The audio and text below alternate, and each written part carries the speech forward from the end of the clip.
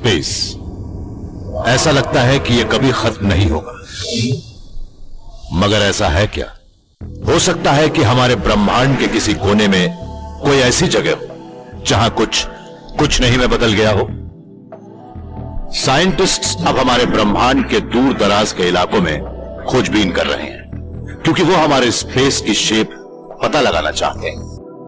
अब उन्हें कुछ ऐसे चौंकाने वाले सबूत मिलने लगे हैं जिनसे पता लगता है कि एक ऐसी जगह है जहां ब्रह्मांड न सिर्फ खत्म होता है बल्कि उसके पार भी कुछ छिपा बैठा है, शायद एक बिल्कुल अनजान एलियन। अक्सर हमारे सामने एक बिल्कुल नया आइडिया आता है और वो हमारे अपने वजूद के बारे में ही हमारी सोच बदल देता है। 1543 में निकोलस कोपरनिकस ने साबित किया कि पृथ्वी ब्रह्मांड के केंद्र में नहीं है।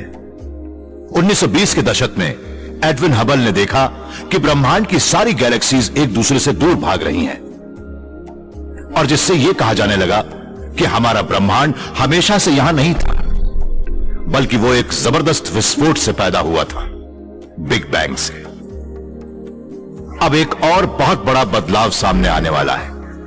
हम बड़े लंबे समय से यही मान रहे हैं कि ब्रह्मांड साइज में इन्फिनिट है, मगर अब कुछ कॉस्मोलॉजिस्ट मानने लगे हैं कि नहीं, ब्रह्मांड तो फाइनाइट है।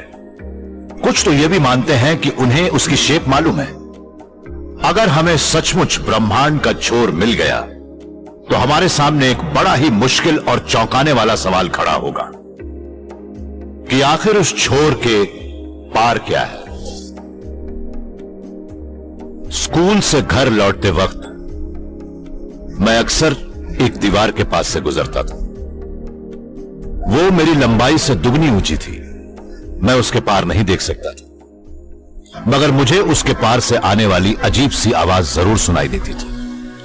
मेरा दिमाग यही सोचता था कि उसके पीछे क्या हो सकता है, कोई जंगली जीव, गुंडे बदमाश, या फिर कोई बड़ा ही डरावना दानव।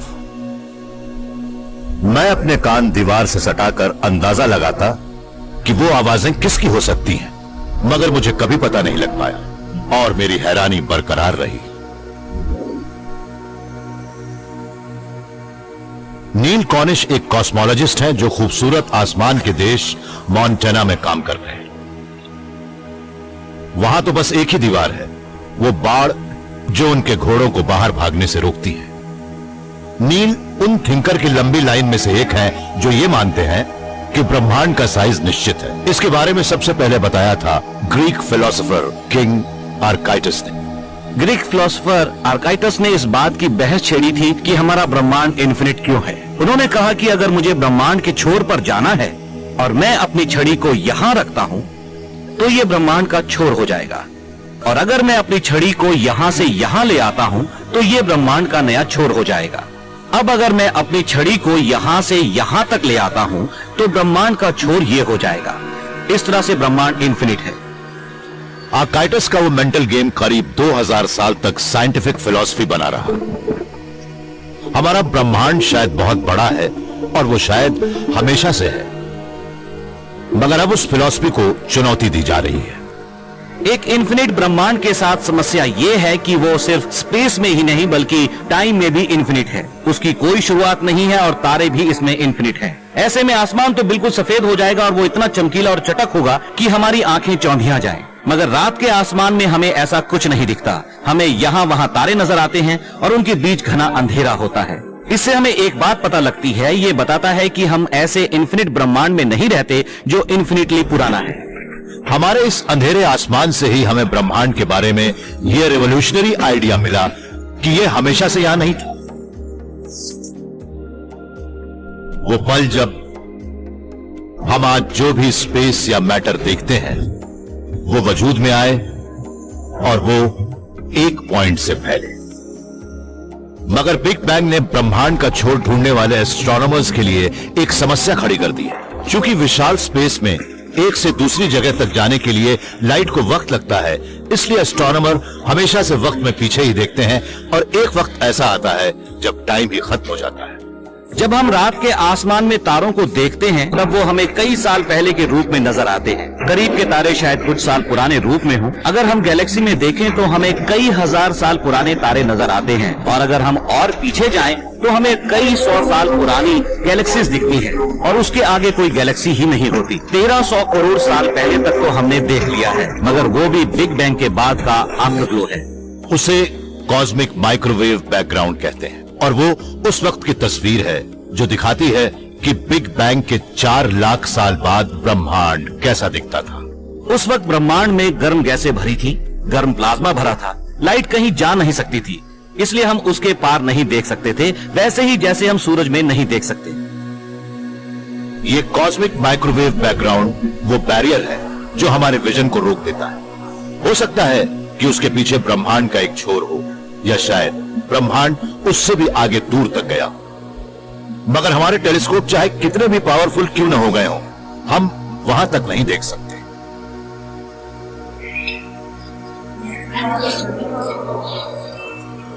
मगर ब्रह्मांड के छोर का पता लगाने का एक और तरीका भी हो सकता है।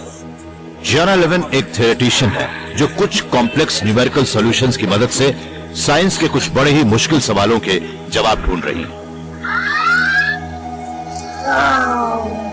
ये बात शायद आपको बड़ी अजीब सी लगे कि एस्ट्रॉइड्स जैसे एक खेल से भी हमें ब्रह्मांड के बारे में पता लग सकता है, मगर इस खेल का एक नियम है कि गेम से ही एक दुनिया बनानी है, और ये बात समझ में भी आती है। इसमें अगर आप ऊपर से बाहर निकलते हैं तो नीचे से फिर से अंदर आ सकते हैं, या बाईं ओर से निकलते हैं तो दाईं ओर से अंदर घुस सकते हैं। इस नियम से वो स्पेस बनता है जिसमें हम खेल रहे हैं, एक फाइनाइट स्पेस। हम मानते हैं कि ब्रह्मांड के लिए भी ऐसे ही कुछ नियम है। आज कुछ साइंटिस्ट मानते हैं कि अगर हमारा ब्रह्मांड फाइनाइट है तो उसके छोर भी आपस में जुड़े होंगे, और तब पूरा ब्रह्मांड भी एस्टेरॉइड्स के एक विशाल गेम जैसा होगा। पृथ्वी का भी कोई छोर नहीं है, मगर वो इनफाइनाइट भी नहीं है। अगर हम उस स्पेस को मोड़ दें तो ये कुछ ज्यादा ही नेचुरल लगेगा। मसलन अगर मैं इस मेन्यू को मोड़ दूं और इसके ऊपर भी एस्ट्रॉइड गेम के नियम लागू करूं तो क्या होगा? मैं ऊपर से निकल सकती हूं और नीचे से वापस अंदर जा सकती हूं। इस मेन्यू को लपेटने और इसके छोर को चिपकाने के बाद ठीक ऐसा ही होगा। अब मैं इस मेन्यू को और मोड़ती हूं और इस सख्त मेन्यू के दोनों किनारों को भी चिपका देती हूं। इस तरह से ये एक बैगल बन जाएगा, न्यूयॉर्क का क्लासिक बैगल। और बैगल को किनारों से सिर्फ एक सिलेंडर की तरह नहीं जोड़ा जाता, बल्कि पलटकर उसके दूसरे छोरों को भी जोड़ा जाता है। हालांकि इस बैगल की सतह बिल्कुल फाइनाइट है, मगर इस स्पेस में रहने वाला कोई जीव कभी इसके छोर तक नहीं आ सकता, इसलिए उसे ये बाउंडलेस और इनफिनिट लगता है। अगर हम ब्रह्मांड के अंदर रहते हैं तो उसके बाहर नहीं जा सकते। हम अपने 3 डायमेंशनल ब्रह्मांड के बाहर कोई और डायमेंशन देख ही नहीं सकते। उसे कर पाना बहुत मुश्किल है, मगर हम यहाँ भी एस्ट्रॉइड्स गेम के नियमों को लागू कर सकते हैं। फिर हम तीनों डायमेंशंस के 3 नियमों के साथ एक और नियम जोड़ सकते हैं। पीछे वाले हिस्से से बाहर निकलो, सामने वाले से अंदर जाओ। अगर हम एक कॉस्मिक एस्टेरॉइड क्यूब में रहते हैं तो उसके किनारों को पता लगाने का एक तरीका है। उसके लिए हमें किसी स्पेसशिप में एक से दूसरे किनारे पर नहीं जाना होगा, बल्कि एक जगह खड़े रहना होगा और लाइट को ब्रह्मांड के चारों ओर सिमटते देखना होगा। अगर मान लें कि ब्रह्मांड इस कमरे जितना बड़ा है और आप इसके बीच में हाथ में एक लालटेन लेकर खड़े हैं, हमारे पीछे से निकलने वाली लाइट एक दीवार से टकराकर दूसरी तरफ से कमरे के अंदर आ जाएगी। ऐसे में आपको अपनी पीठ की परछाई सामने वाली दीवार पर नजर आएगी। अगर आप दाईं ओर देखेंगे तो लाइट बाईं ओर से आती नजर आएगी। ऐसा लगेगा जैसे यह कमरा आईनों में बदल गया है। आप चाहे जिस दीवार पर देखेंगे आपको अपना ही अक्स नजर आएगा। जब हम रात के आसमान को देखते हैं तब हमें आईनों वाला यह हॉल नहीं नजर आता, मगर ब्रह्मांड इतना बड़ा है कि लाइट को इसका चक्कर लगाने में कई 100 करोड़ साल लग जाते हैं। स्पेस और टाइम का इतने बड़े पैमाने पर होने का मतलब है कि वहां दिखने वाले अक्स एक जैसे नहीं हो सकते। आप मान लीजिए कि ये बाड़ा हमारा ब्रह्मांड है। इस बाड़े के कई इन्फिनिट ब्रह्मांड हो सकते हैं, और उससे हमें यही लगेगा कि हम एक और इन्फिनिट स्पेस में रह रहे हैं। लेकिन अगर ये बाड़ा यहां से 30 प्रकाश वर्ष दूर हो और मैं वहां देखूं तो खुद को वैसा नहीं देख सकता जैसे अभी देख रहा हूं। तब मैं खुद को एक 10 साल के बच्चे जैसा देखूंगा, क्योंकि मैं 30 साल पीछे देख रहा हूं। हमारी मिल्की वे करीब 1300 करोड़ साल की है। यह करीब करीब उसी वक्त से है जब से ब्रह्मांड है। तो क्या हमारी मिल्की वे की एक डिस्टेंट इमेज भी रात के आसमान में कहीं छिपी है और वो ऐसी दिख रही है जैसे 500,000 साल करोड़ पहले थी? अगर ऐसा है तो हम उस जवान ट्विन को पहचानेंगे कैसे?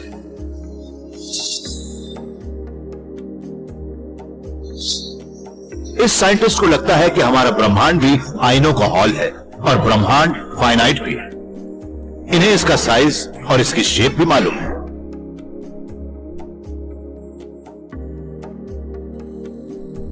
आप ये मान लीजिए कि पूरा ब्रह्मांड इस कमरे जितना बड़ा है। स्पेस उसके चारों ओर लिपटा है, जिससे हर दीवार सामने वाली दीवार के लिए एक पैसेजवे थी। अगर मैं चारों ओर देखूं तो मुझे अपना टूटा फूटा चेहरा नजर आएगा, जैसे एक की कई कॉपीज।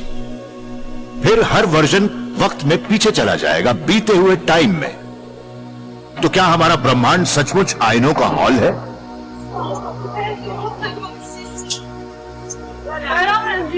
एस्ट्रोनॉमर्स तो कई साल से गैलेक्सीज के रिपीटिंग पैटर्न्स देख रहे हैं। उन्हें तलाश है ब्रह्मांड के छोर की, मगर वो उन्हें आज तक नहीं मिला।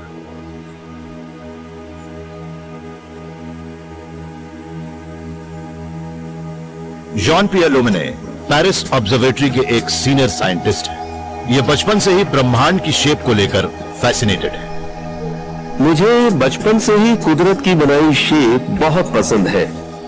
हम ये भी तो मान सकते हैं कि जिस तरह से स्पाइरल वाला घोंगा होता है, वैसे ही स्पाइरल गैलेक्सीज भी हैं, ठीक है? मेरा सवाल है कि ये शेप हमें आसमान में भी क्यों नहीं दिखती? जॉन पियर के मन में ब्रह्मांड की शेप पता लगाने का जुनून जागा एल्बर्ट आइंस्टाइन की उस बेमिसाल थियरी के बाद। उनकी रिलेटिविटी की थियरी से साफ था कि स्पेस एक फ्लेक्सिबल फैब्रिक है जिसकी शेप को डिफॉर्म किया है मैटर और एनर्जी ने। आइंस्टाइन मानते थे कि ब्रह्मांड एक फ्लैट शीट है जो इन्फिनिटी की ओर स्ट्रेच कर रहा है, मगर यह भी तो हो सकता है कि फाइनाइट हो और अपने आप में ही सिमटा हो।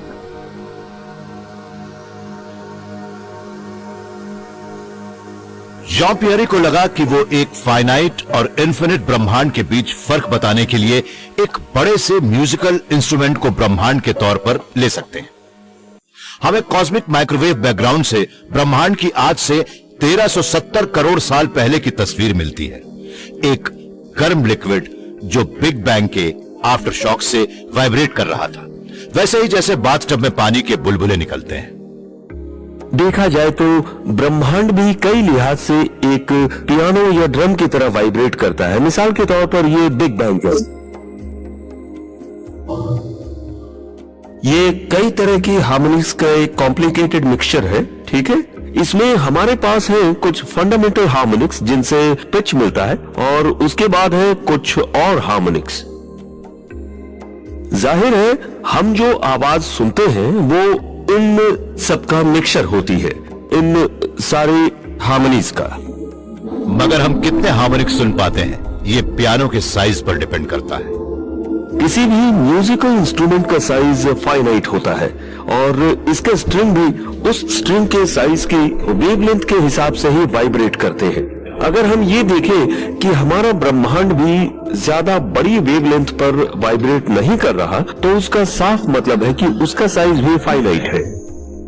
जब जॉन पियर ने कॉस्मिक माइक्रोवेव बैकग्राउंड के रिपल्स को एनालाइज किया, तब उन्हें पता लगा कि लंबी वेवलेंथ वाली रिपल्स वाकई गायब हैं। इस बात ने हमें भी चौंकाया था, क्योंकि कई वेवलेंथ्स, फ्लक्चुएशन और लो टोन्स गायब थे। वो लो नोट्स जो कुछ इस तरह के हैं, ओके, वो कॉस्मिक म्यूजिक से गायब थे। जॉन पियर को म्यूजिक से जुनून की हद तक लगाव है और इससे ही उन्हें पता लगा कि ब्रह्मांड शायद फाइनाइट है। मगर उसकी शेप कैसी हो सकती? जॉन पियर ने कई महीने तक उस फाइनाइट ब्रह्मांड की अलग अलग शेपों का बड़ी बारीकी से अंदाजा लगाया। उस शेप का जिसमें बिल्कुल उस तरह के कॉस्मिक माइक्रोवेव बैकग्राउंड की वाइब्रेशंस हो रही हो, और अंत में उन्हें एक परफेक्ट फिट मिल भी गया। यह है 12 साइडेड डोडेकाहेड्रन, एक फुटबॉल। मेरे हाथ में अभी दो अलग अलग तरह की डोडेकाहेड्रन है। पहला तो एक आम डोडेकाहेड्रन है जिसमें 12 पेंटागोनल फेसेस को एक सिमेट्रिकल मैनर में जोड़ दिया गया है। हम इस फिगर को तो जमाने से पहचानते हैं, आप भी देख सकते हैं कि ये पेंटागन बिल्कुल फ्लैट है, ओके। मगर यहाँ इस स्फीयर पर अलग किस्म की टाइलिंग है। ये देखिए, ये पेंटागन मुड़े हुए हैं, ओके।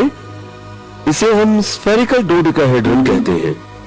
अगर जॉपियर का अंदाजा सही है तो ब्रह्मांड की शेप 6 साइड वाले एस्ट्रॉइड्स गेम क्यूब से तो कहीं ज्यादा कॉम्प्लेक्स होगा। इसका मतलब है कि ब्रह्मांड की 12 साइड्स है और उसका हर फेस सामने वाले पेंटागन से मिलता है। मगर यहां भी एक ट्विस्ट है। ये देखिए, ये छोर भी इसके सामने वाले छोर जैसा ही है।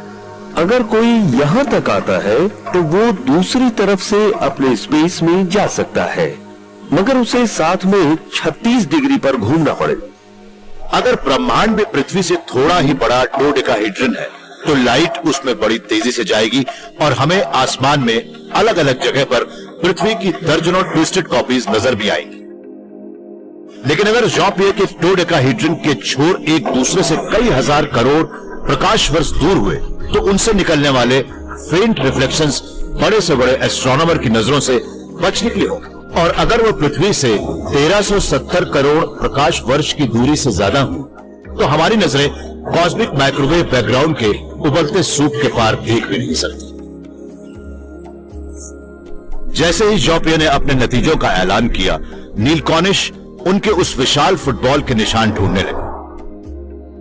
ये नासा के स्पेसक्राफ्ट WMAP से जुड़े एक बड़े अहम साइंटिस्ट हैं जो पिछले 5 साल से बड़ी बारीकी से कॉस्मिक माइक्रोवेव बैकग्राउंड की तस्वीरें ले रहा है। ये डोडेकाहेड्रन पर बेस्ड ब्रह्मांड का एक मॉडल है। इसके अंदर एक बलून है जो हमारे नजर आने वाले ब्रह्मांड को रिप्रेजेंट कर रहा है। और अगर ये ऐसा होगा जिसमें बलून काफी छोटा है, तब उस स्पेस में हमें कोई ऐसे निशान नहीं मिलेंगे जिनसे लगे कि हम एक फाइनाइट ब्रह्मांड में रह रहे हैं।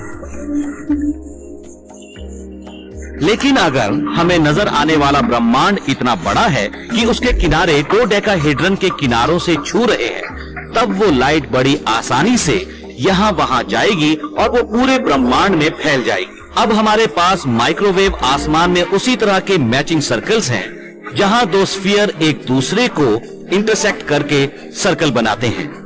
ये सर्कल इस नीचे वाले सर्कल से मैच कर रहा है। हमने WMAP सैटेलाइट से मिले माइक्रोवेव बैकग्राउंड डेटा को तो देख लिया, मगर हमें वहां मैचिंग सर्कल्स का वो पैटर्न नहीं मिला। मगर जॉपियर लुमिने अपने फुटबॉल वाले ब्रह्मांड की बात से पीछे हटने को राजी नहीं। उनकी इस बात से एक जंग शुरू हो गई है और वो दुनिया भर में फैल गई। लोग कड़ी मेहनत से काम करने लगे। दांव पर उस दुनिया का सच लगा था जिसमें हम रहते हैं। हम कहां से आए हैं और क्या हमारा ब्रह्मांड अकेला है?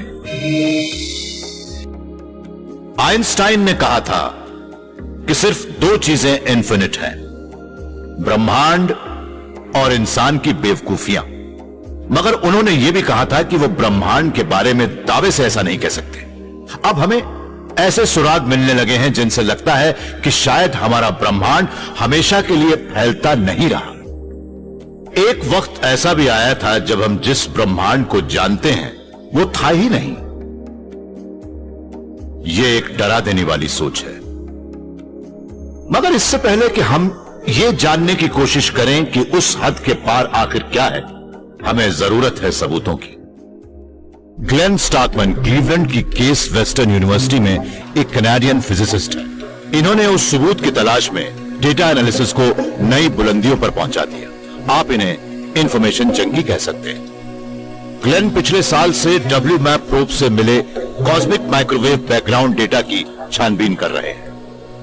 वो नील कॉनिश के साथ जॉपियर लुमिने के इस प्रिडिक्शन की जांच कर रहे हैं कि ब्रह्मांड का आकार 12 साइडेड फुटबॉल जैसा है। मुझे अगर डोडेकाहेड्रन के सर्कल्स के वो पैटर्न मिल जाएं जिनके बारे में कहा गया है कि वो डोडेकाहेड्रन के छोटा होने पर बनते हैं, तो मुझे बहुत खुशी होगी। हमने उन्हें बहुत ढूंढा पर वो नहीं मिले। मगर इनका अंदाजा है कि हमारे फुटबॉल वाले ब्रह्मांड के किनारे माइक्रोवेव बैकग्राउंड के मुकाबले ज्यादा करीब है, क्योंकि वो हमारे व्यू को रोकती है। ग्लेन को लग रहा है कि उन्हें ब्रह्मांड के छोर का पता लगाने का एक तरीका मिल गया है, भले ही वो हमारी देखने की सीमा के पार ही क्यों ना हो। हमें इस बात को समझना होगा कि हम स्फीयर पर हॉट और कोल्ड स्पॉट्स के जो पैटर्न्स देख रहे हैं वो असल में क्या है। क्या ये वो साउंड वेव्स हैं जो उस वक्त से ब्रह्मांड में घूम रही हैं जब ये काफी छोटा था? तो हम इसे ड्रम के ऊपरी हिस्से को स्ट्रेच करने जैसा मान सकते हैं। इसका मतलब है कि जब ये स्ट्रेच कर रहा था उस वक्त ये ड्रम को थोड़ा वाइब्रेट भी कर रहा था। अलग अलग आकार के ड्रमों की तरह अलग अलग आकार के ब्रह्मांड भी शुरुआती ब्रह्मांड पर अलग अलग तरह के पैटर्न बना रहे थे। अब हम एक काम करते हैं कि अलग अलग तरह के शेप और साइज के ड्रम्स लेकर देखते हैं। हमारे पास ये एक स्पेक्ट्रम एनालाइजर है। टॉम ने इसे सेट कर रखा है और जब भी हम कोई आवाज करेंगे तो हमें कंप्यूटर स्क्रीन पर उसके निशान नजर आएंगे। तो चलिए शुरुआत करते हैं इस कोल्ड ड्रम से।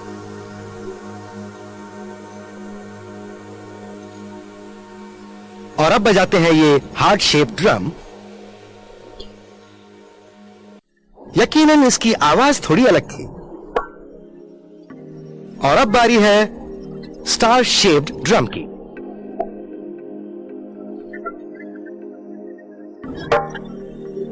जब हमने उन तीनों छोटे छोटे ड्रमों के पैटर्न्स को सुपर इम्पोज किया तब हमें दिखा कि वो एक जैसे नहीं है। सबके पैटर्न्स अलग अलग हैं और हम साफ देख सकते हैं कि तीनों के पैटर्न कैसे हैं। इसी तरह से हम एक स्पेक्ट्रम एनालाइजर की मदद से ब्रह्मांड की अलग अलग आवाजों को देखकर ये अंदाजा लगाना चाहते हैं कि ब्रह्मांड की शेप कैसी है। ग्लेन के एनालिसिस में इतनी कॉम्प्लेक्स मैथमेटिक्स है कि इन्हें लगता है कि सही जवाब पाने में शायद कई साल लग जाएं। अगर हमें जॉन पियर का डोडेकाहीड्रन मिल गया तो हमें बहुत खुशी होगी। वो वैसा ही होगा जैसे ये पता लगने पर हुआ था कि पृथ्वी फ्लैट नहीं गोल है। मगर ये साइंटिस्ट तो इस बड़े सवाल का जवाब पाने के लिए डेटा मिलने का भी इंतजार नहीं करना चाहते। एंडी ऑलब्रेक्ट यूसी डेविस में एक थियोरेटिकल फिजिसिस्ट है। ये दावे से कह सकते हैं कि ब्रह्मांड फाइनाइट है। ये तो ये भी मानते हैं कि इन्होंने इसके साइज का अंदाजा लगा लिया है। एंडी ने बिग बैंग के बाद के पलों की स्टडी की जब ब्रह्मांड एनर्जी का एक बेतरतीब गोला था। अचानक ही इन्फ्लेशन का प्रोसेस शुरू हो गया। उसने ब्रह्मांड को बड़ी तेजी से फुलाना शुरू किया और वो करीब 1,00,000 गुना बड़ा हो गया। सेकंड के कुछ ही भाग बाद सारा स्पेस और मैटर फैल गया। ज्यादातर साइंटिस्ट मानते हैं कि वो इन्फ्लेशन आज भी हो रहा है। जब हम इन्फ्लेशन के तरीके के बारे में सोचते हैं तो उससे लगता है कि हमारा ब्रह्मांड इन्फिनिट है। इन्फ्लेशन कभी खत्म नहीं हो सकता। मैंने जब इसके बारे में बहुत ध्यान से सोचा कि उस इन्फिनिटी का मतलब क्या है तो मुझे यही लगा कि शायद उसका कोई मतलब नहीं है। फिर एंडी ने एक नई थियरी इन्फ्लेशन विदाउट इन्फिनिटीज पर काम करना शुरू कर दी। इसका दिमाग चकरा देने वाले मैथमेटिक्स हमारे आज के ब्रह्मांड के बनने के पहले के फिजिक्स के नियमों को डील कर रहा था, मगर उसके कोर में आकर सब कुछ बुलबुले में बदल गया। एक रैंडम प्रोसेस से वो बुलबुला बना जो आज हमारा ब्रह्मांड है। अब मैं भी उसी रैंडम प्रोसेस से बुलबुले बना रहा हूं।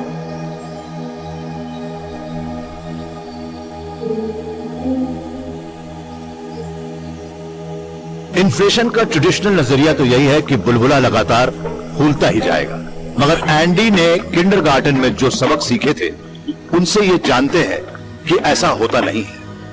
एक हद तक फूलने के बाद बुलबुले फट जाते हैं। एंडी मानते हैं कि इन्फ्लेशन भी उस वक्त रुक गया होगा जब ब्रह्मांड एक खास साइज तक पहुंच गया था, और इनकी ये पायोनियरिंग थियरी उस साइज के बारे में बताती। ब्रह्मांड उस साइज से करीब 20% बड़ा है जो आज हम देख रहे हैं। जब मैंने इन आइडियाज पर पहली बार सोचना शुरू किया तब लगा कि इन्फिनिटी से इतनी छोटी चीज तक पहुंचना बड़ा ही मुश्किल काम है। उस चीज तक जो बहुत कम बड़ी है उससे सिर्फ 20% ही बड़ी है जिसे हम आज अपने चारों ओर देख रहे हैं। मुझे तो ऐसा लगा कि मैं रिस्ट्रिक्ट हो गया। लेकिन अगर एंडी की नई थियरी सही है और वाकई इन्फ्लेशन लगातार नहीं हो रहा तो जाहिर है कि हमारा ब्रह्मांड कुछ ऐसा नजर आएगा, एक बड़ा सा बुलबुला जिसके चारों ओर ढेर सारे छोटे छोटे बुलबुले हैं। ज्यादातर कॉस्मोलॉजिस्ट तो यही मानते हैं कि हमें नजर आने वाले ब्रह्मांड में गैलेक्सीज के बराबरी से फैलने की वजह इन्फ्लेशन ही है, मगर ब्रह्मांड में कई जगहें ऐसी भी होंगी जहां कभी इन्फ्लेशन हुआ ही नहीं। अगर उनका पता लगा लिया तो आप ब्रह्मांड की उम्र का पता लगाने वाले पहले शख्स। रात के आसमान में तो लाइट का ये डांस जाने कब से चल रहा है। इसने इंसानों को हजारों साल तक आकर्षित किया और उनसे ही देवता बने, मिथ बनी और फिर साइंस भी बना। लेकिन अब हमें आसमान के कुछ अनोखे मूवमेंट्स के हिंट्स भी मिलने लगे। अगर उनका पता कर लिया जाए तो वो इस बात के पुख्ता सबूत होंगे कि ब्रह्मांड का छोर है।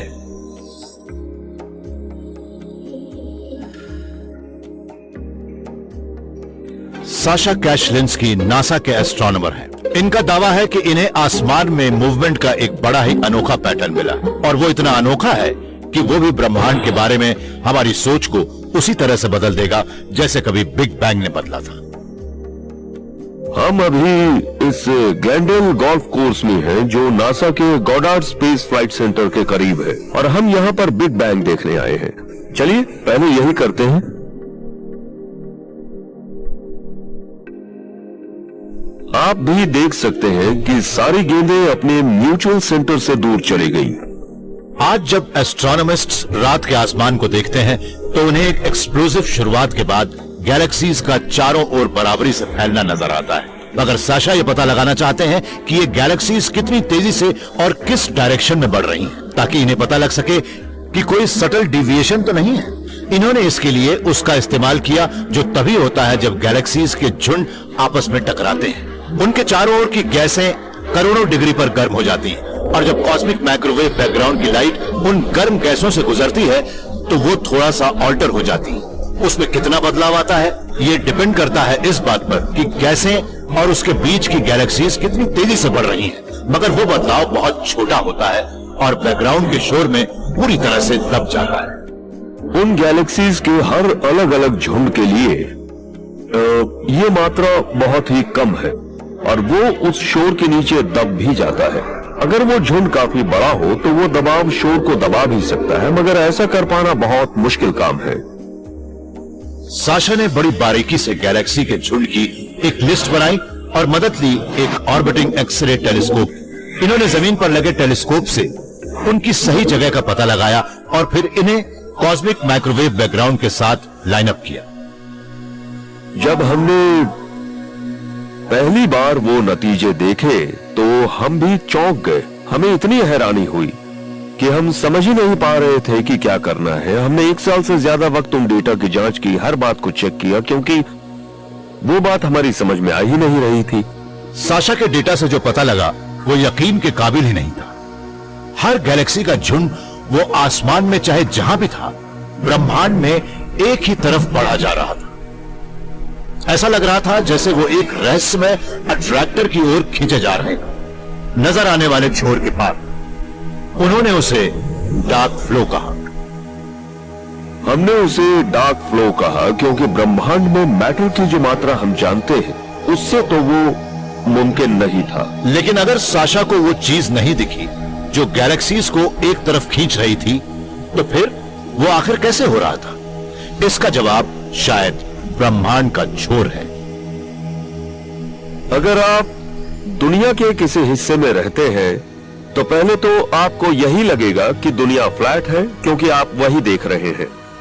लेकिन अगर आप उसे ज्यादा दूर से देखें तो आपको ये पता लगेगा कि आप जो देख रहे थे दुनिया उससे बिल्कुल अलग है। जब से आइंस्टाइन ने ब्रह्मांड की बात की है तभी से कॉस्मोलॉजिस्ट मान रहे हैं कि वो एक पुटिंग ग्रीन जैसा है जो लगातार बढ़ता जा रहा है।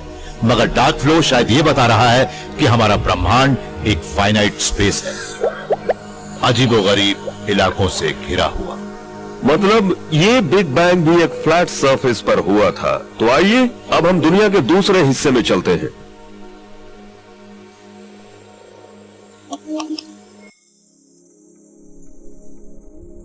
ये गेंदें बिखर तो गई है मगर इन्हें एक और वेलोसिटी मिली है जो सतह की ढलान से जुड़ी है।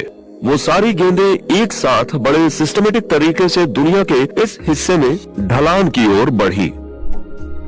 साशा की गैलेक्सीज के ब्रह्मांड में एक तरफ होने वाले इस कलेक्टिव सिस्टमैटिक मूवमेंट वाली खोज ने कॉस्मोलॉजी को दंग कर दिया था और कुछ साइंटिस्ट ने तो इसे मानने से ही इनकार कर दिया था। मगर ये मोहतरमा मानती हैं कि डार्क फ्लो तो होना ही था और इनके आइडियाज तो साशा के आइडियाज से भी ज्यादा चौंकाने वाले हैं।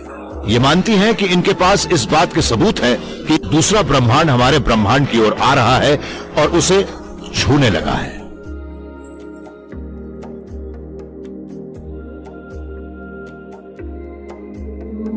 साइंटिस्ट्स को गैलेक्सीज के एक रहस्यमय डार्क फ्लो का पता लगा जिससे वो ब्रह्मांड में एक ही तरफ बढ़ी जा रही थी।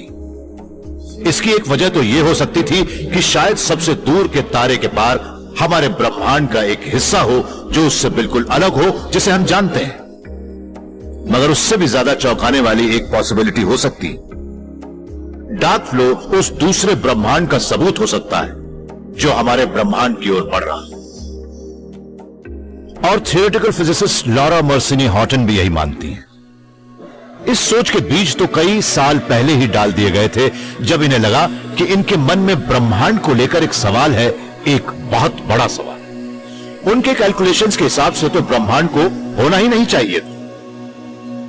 मुझे तो यही लगता है कि एक बिग बैंग से ब्रह्मांड शुरू होने के चांसेस 10 में से 1 हैं और उस 1 के बाद भी हमें 10 जीरो लगाने पड़ेंगे और उनके बाद 123 जीरो और, मतलब वो संभावना तो ना के बराबर ही है।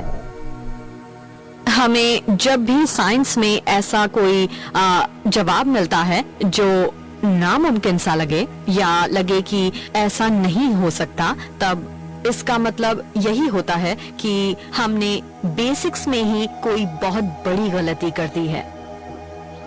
मगर लॉरा के पास एक आइडिया है जिससे वो बिग बैंग को एक ऐसी अनोखी घटना बनने से रोक सकती है। उसे आप गैम्बलर्स हंच भी कह सकते हैं।